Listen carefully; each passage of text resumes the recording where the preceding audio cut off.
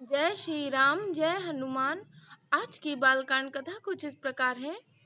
श्रृंगी ऋषि वशिष्ठ बुलावा, पुत्र काम शुभ यज्ञ करावा। भगत सहित मुनि आहुति दीन है, प्रगटे अग्नि चरु कर लीन है।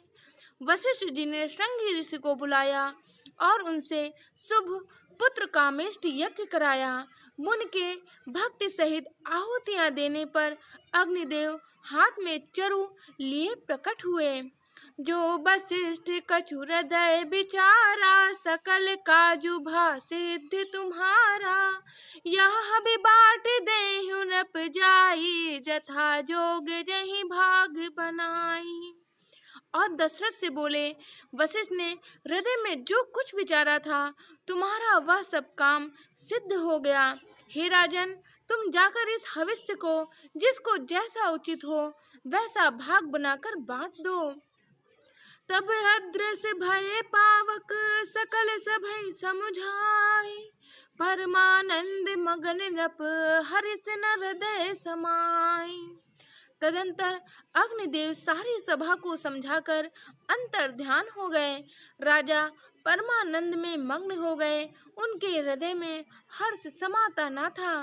तब ही राय प्रिय नारी बुलाई, कौशल्यादि तहाँ चली आई। अर्ध भाग कौशल्या दीन्हा, उभय भाग आधे कर कीन्हा। उसी समय राजा ने अपनी प्यारी पत्नियों को बुलाया। कौशल्या आदि सब रानियां वहां चली आई। राजा ने पायस का आधा भाग कौशल्या को दिया और शेष आधे के 2 भाग किए।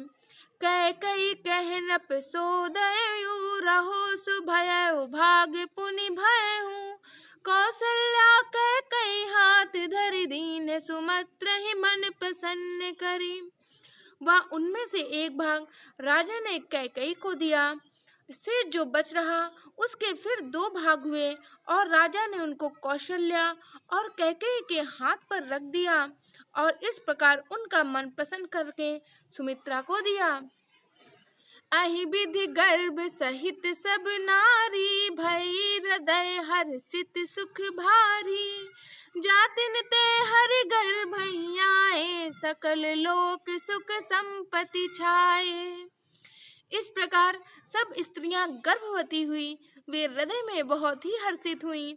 उन्हें बड़ा ही सुख मिला। जिस दिन से श्री हरि लीला से ही गर्भ में आए, सब लोकों में सुख और संपत्ति छा गई।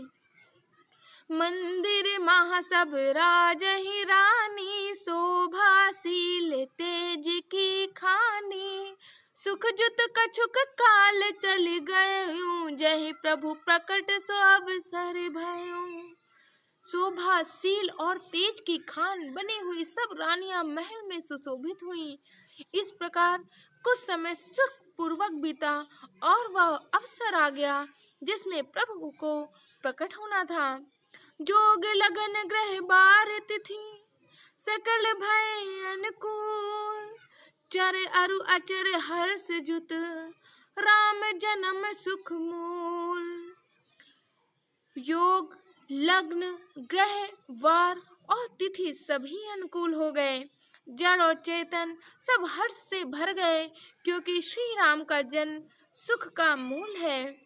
नवमी तिथि मधुमास पुनीता, शुक्ल पक्ष अभिजित हरि प्रीता। मध्य दिवस अति शीत न घामा, पावन काल लोक विश्रामा। पवित्र चैत्र का महीना था। नवमी तिथि थी, शुक्ल पक्ष और भगवान का प्रिय अभिजित मुहूर्त था। दोपहर का समय था। न बहुत सर्दी थी न धूप अर्थात गर्मी ही थी। वह पवित्र समय सब लोगों को शांति देने वाला था। जय श्री राम जय हनुमान।